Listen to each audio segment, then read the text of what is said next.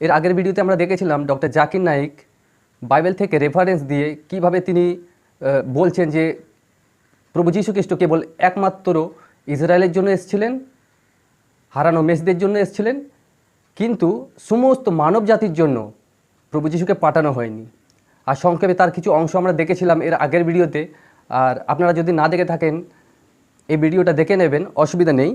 তো আজকে তার ডিটেলে আমরা এক্সপ্লেন করব, কিছু আলোচনা করব সেই বিষয়টাকে নিয়ে, যেখানে ডক্টর জাকির নাইক তিনি দাবি করেছিলেন যিশু কেবল ইসরায়েলের জন্য এসেছেন, হারানো মেসদের জন্য এসেছেন, আমাদের জন্য, আপনার জন্য, সমস্ত মানব জাতির জন্য যিশুকে পাঠানো হয়নি। তো চলুন তার দাবি আগে দেখি, তিনি কোথা থেকে রেফারেন্স তিনি নিয়ে এসেছিলেন এবং তিনি দাবি করছিলেন। আর এই একই ধরনের কথা আছে পবিত্র বাইবেলে গসপেল অফ ম্যাথিউ 10 নম্বর অধ্যায় 5 অনুচ্ছেদে উল্লেখ করা আছে যে যীশুখ্রিস্ট তার শিষ্যদের উদ্দেশ্যে একথা বলেছেন যে তোমরা কখনো জেন্টাইলদের পথ অনুসরণ করো না। এই জেন্টাইল কারা? যারা ইহুদি নয়, হিন্দু আর মুসলিম। যীশুখ্রিস্ট তার শিষ্যদের বলছেন যে তোমরা কখনো জেন্টাইলদের পথ অনুসরণ করো না, আর সামারিটানদের কোনো শহরে তোমরা প্রবেশ করবে না, বরং তোমরা ইসরায়েলবাসীদের পথ অনুসরণ করে চলবে।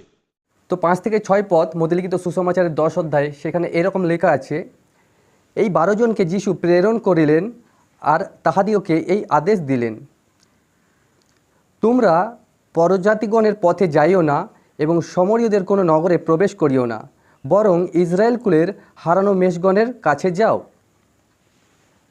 তো এই রেফারেন্সগুলো ডক্টর জাকির নাইক তিনি কোট করছেন, আর তিনি দাবি করছেন যিশু কেবল ইসরায়েলদের হারানো মেসদের জন্য যিশুকে পাঠানো হয়েছে, সমস্ত মানব জাতির জন্য পাঠানো হয়নি। তো চলুন এই বিষয়টাকে জানতে গেলে সর্বপ্রথমে আমাদের আব্রাহামের কথা চিন্তা করতে হবে, আদি পুস্তক পড়তে হবে, যেখানে আমরা দেখতে পাই যে আব্রাহামকে ঈশ্বর 2 রকম আশীর্বাদ করেছিলেন।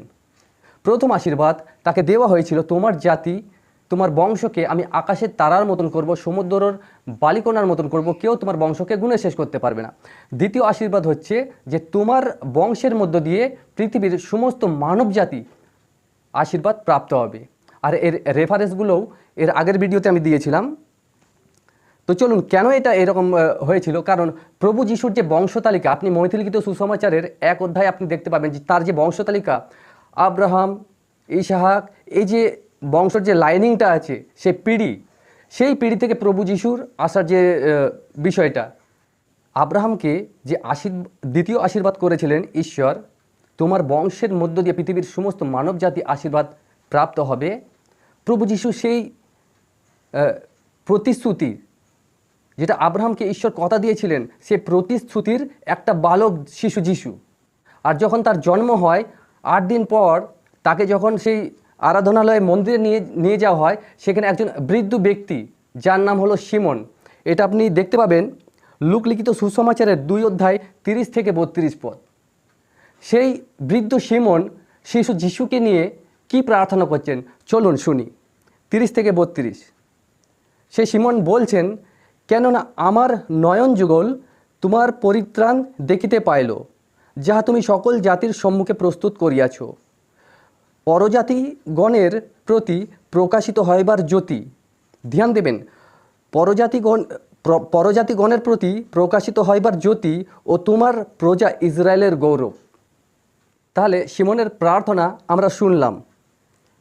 আর আব্রাহামকে যেরকম দুভাগী আশিস, 2 রকম আশীর্বাদ করা হয়েছিল, ঠিক একইভাবে প্রভু যিশুর কাজের আরম্ভ 2 ভাবে হয়েছিল। প্রথম, যে পৃথিবীতে এসে হারানো মেষ ইসরায়েলদের কাছে গিয়ে নিজেকে প্রকাশ করা, যে তোমরা যে মসিহের অপেক্ষা করছিলে, দেখো আমি তিনি। দ্বিতীয়, যে যাও তোমরা গিয়ে সকল জাতির মানুষকে আমার শিষ্য করো। কেন এরকম হয়েছিল? কারণ এই যে ইসরায়েল জাতি, ইহুদি জাতি, এই জাতি হচ্ছে ঈশ্বরের মনোনীত জাতি। পুরাতন নিয়মে বাইবেলে উল্লেখ আছে ইসরায়েল জাতি হলো ঈশ্বরের মনোনীত জাতি। আর শুধু এটা আমি বাইবেল থেকেই বলবো না, এটা কোরআনেও দেখতে পাবেন। সূরা আল বাকারা আয়াত নম্বর 47, এইখানে লেখা আছে যে ইসরায়েল জাতি হলো আল্লাহ সুবহানাহু ওয়া তাআলার মনোনীত জাতি। তাহলে এই জাতির জন্য সর্বপ্রথম হারানো মেষ, প্রভু যিশুর প্রথম টার্গেট সেই জাতিকে বা হারানো মেষকে খুঁজে পাওয়া, তারপরে সমস্ত মানব জাতির কাছে পাঠিয়ে তার সুসমাচারকে প্রচার করা।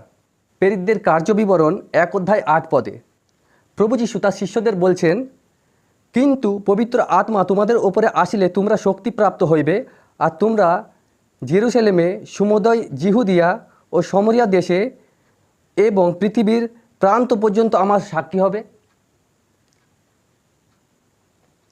ঠিক আছে, শিষ্যদেরকে প্রভু যিশু বলছেন যে সমরীয় দেশে এবং পৃথিবীর প্রান্ত পর্যন্ত আমার সাক্ষী হবে।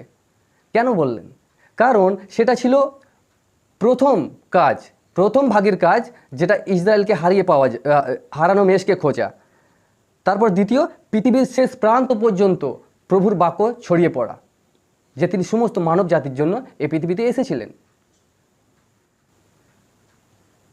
জন লিখিত সুসমাচারের 3 অধ্যায় 16 পদে, কারণ ঈশ্বর জগৎকে এমন ভালোবাসলেন যে তার একমাত্র পুত্রকে তিনি দান করলেন, যেন যে কেউ তাহাকে বিশ্বাস করে সে বিনষ্ট না হয় কিন্তু অনন্ত জীবন পায়।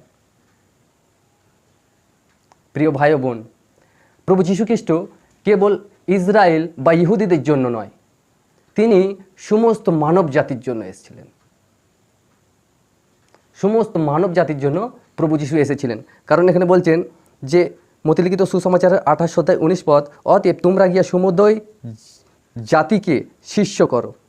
এখানে বলিনি ইসরায়েলকে বা ইহুদিকে আমার শিষ্য করো, ইসরায়েলকে আমার শিষ্য করো।